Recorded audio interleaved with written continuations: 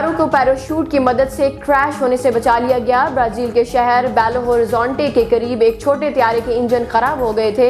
Engine خراب ہونے پر یہ طیارہ جنگل سے چھپی پہاڑیوں سے ٹکرانے والا تھا، مگر ایک device Cirrus airframe parachute system نے اس پر سوار عملے اور مسافروں کو بچا لیا۔ اس طیارے کی ویڈیو بھی سامنے آئی ہے جس میں اسے پیراشوٹ کے ذریعے زمین پر کریش لینڈنگ کرتے ہوئے دکھایا گیا ہے۔ طیارے پر 4 بالغ افراد اور 2 بچے سوار تھے اور کسی کو کوئی نقصان نہیں پہنچا۔ یہ سب سائرس SR-22 نامی سنگل انجن طیارے پر سفر کر رہے تھے۔ یہ پہلا موقع نہیں جب سائرس طیارے کو پیراشوٹ سسٹم سے بچایا گیا، جو کہ بنیادی طور پر عملے کے تحفظ کے لیے ڈیزائن کیا گیا ہے اور یہ طیارے کو زمین سے ٹکرانے سے ہونے والے نقصان سے تحفظ فراہم نہیں کرتا۔ امریکی شہر ہیوسٹن کے چڑیا گھر میں 90 سالہ کچھوے کے ہاں پہلی بار 3 بچوں کی پیدائش ہوئی ہے۔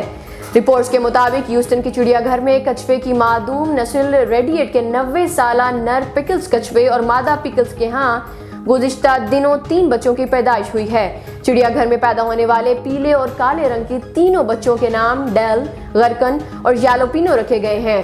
90 سالہ پکلز گزشتہ 36 سال سے ہیوسٹن کے چڑیا گھر میں مقیم ہے، جبکہ مادہ پکلز کو 1996 میں اس چڑیا گھر کا حصہ بنایا گیا تھا۔ مادہ کچھوے کے انڈوں کو دیکھ کر چڑیا گھر کے حکام حیران بھی ہو گئے تھے۔ مشرقی افریقی ملک میڈغاسکر سے تعلق رکھنے والے ان کچھووں کے جوڑے کے ہاں 3 بچوں کی پیدائش کو منفرد سمجھا جا رہا ہے، کیونکہ ہیوسٹن کی مٹی اس نسل کے کچھووں کے لیے سازگار نہیں سمجھی جاتی۔ کیلیفورنیا سے تعلق رکھنے والے جم ایرنگٹن 90 سال کی عمر میں بھی باقاعدگی سے تن سازی کرتے ہیں اور جسمانی طور پر جوانوں کی طرح مضبوط اور چاق و چوبند ہیں۔ Gains book of world record کے مطابق جم ایرنگٹن کو دنیا کا معمر ترین باڈی بلڈر ہونے کا اعزاز حاصل ہے۔ امریکی شہری نے صرف 13 سال کی عمر میں تن سازی شروع کر دی تھی۔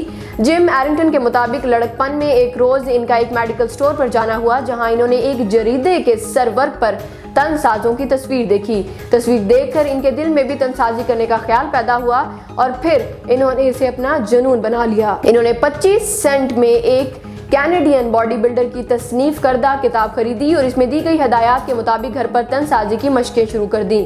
چند ہی ماہ میں ان کا وزن 10 پاؤنڈ بڑھ گیا اور بازوؤں کی مچھلیاں ابھرنا شروع ہو گئیں۔ بعد ازاں انہوں نے تن سازی کے لیے باقاعدہ جم جانا شروع کر دیا اور تاحال ان کا یہ معمول برقرار ہے۔ اب اگرچہ ان کا جسم کچھ اشرے قبل والی حالت میں نہیں رہا، مگر وہ تن سازی سے رشتہ توڑنے پر بالکل تیار نہیں۔